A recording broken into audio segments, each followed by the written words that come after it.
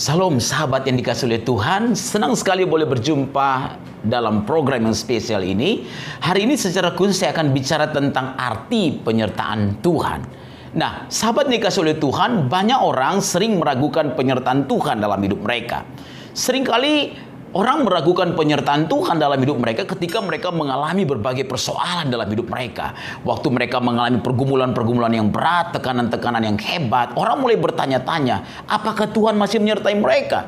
Bahkan tidak sedikit orang Kristen, orang percaya yang telah melayani Tuhan, waktu goncangan terjadi dalam hidup mereka, mereka bertanya apakah Tuhan masih menyertai mereka. Nah, hari ini sahabat sekalian, kita akan belajar arti penyertaan Tuhan dari Keluaran 15 ayat 22 sampai 27. Saya akan bacakan ayat yang ke-22, tapi kita akan melihat satu perikop ini. Alkitab berkata kepada kita demikian.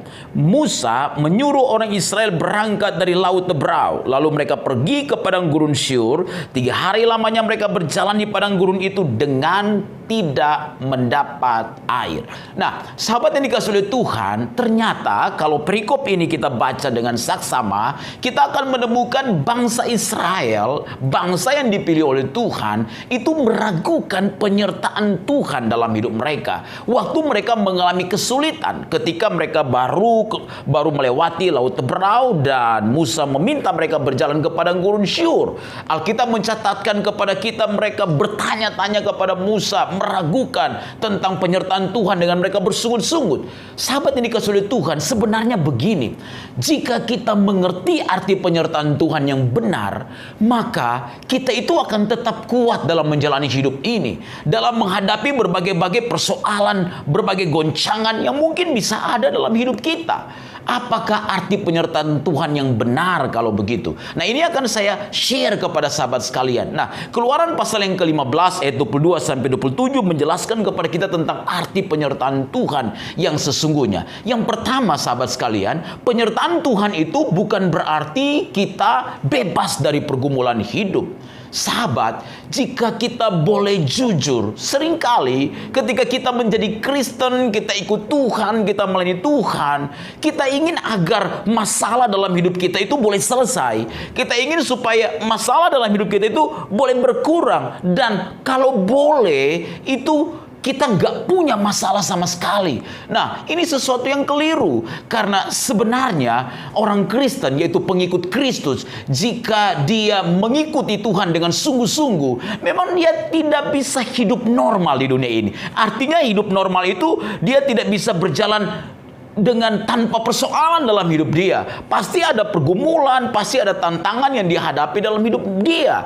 Karena seorang pengikut Kristus itu pasti akan mengikuti cara hidup Yesus selama dia ada di dunia ini. Dia juga akan mengalami berbagai persoalan, berbagai pergumulan seperti yang dialami oleh Yesus. Bangsa Israel ketika mereka keluar dari tanah Mesir menuju ke tanah Kanaan, mereka, sahabat, dituntun oleh Tuhan lewat tiang awan dan tiang api. Nah, tiang awan dan tiang api ini adalah bukti penyertaan Tuhan bagi bangsa Israel. Namun ternyata walaupun Tuhan menuntun mereka dengan tiang awan dan tiang api, dan itu bukti bahwa Tuhan menyertai mereka, ternyata bangsa Israel mengalami persoalan yang berat dalam hidup mereka.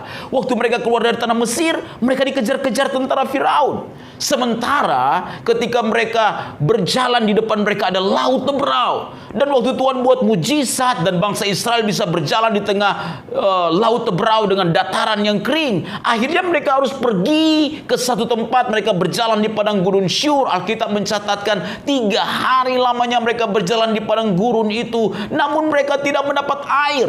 Tapi ketika mereka tiba di tempat yang dinamakan Mara, mereka melihat ada air. Waktu mereka meminumnya, air tersebut terasa pahit.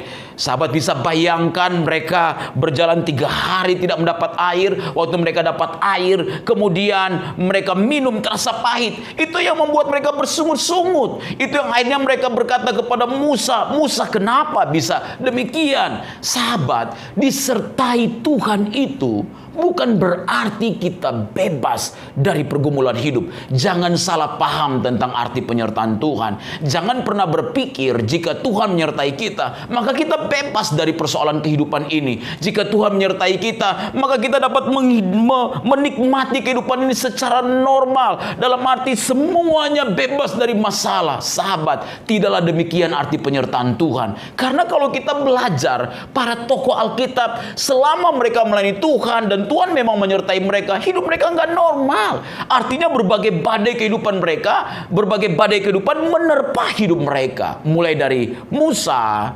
Elia, Daniel, Daud, bahkan para rasul, termasuk Yesus sendiri. Selama berada di dunia ini, memang kita akan menjalani kehidupan ini dengan berliku-liku.